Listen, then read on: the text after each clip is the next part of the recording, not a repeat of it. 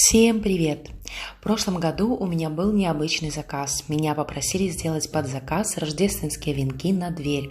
Конечно, я согласилась. Люблю экспериментировать и пробовать себя в новом деле. Попросили сделать два венка одинакового диаметра 50 сантиметров, но в разной цветовой гамме. Для создания венков я использовала декор из Fix Price и из хобби-магазинов.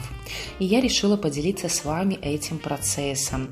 Вдруг кто-то захочет сам сделать рождественский венок. Количество игрушек, которых ушло на декор одного рождественского венка, я укажу в описании под видео. Также использовался еще декор, который докупила сама заказчица. Для создания рождественского венка вам понадобятся такие инструменты, как ножницы и горячий клей. Конечно же, сам венок, диаметр вы выбираете по своему желанию и различный декор. В качестве декора вы можете использовать абсолютно все, что вам нравится.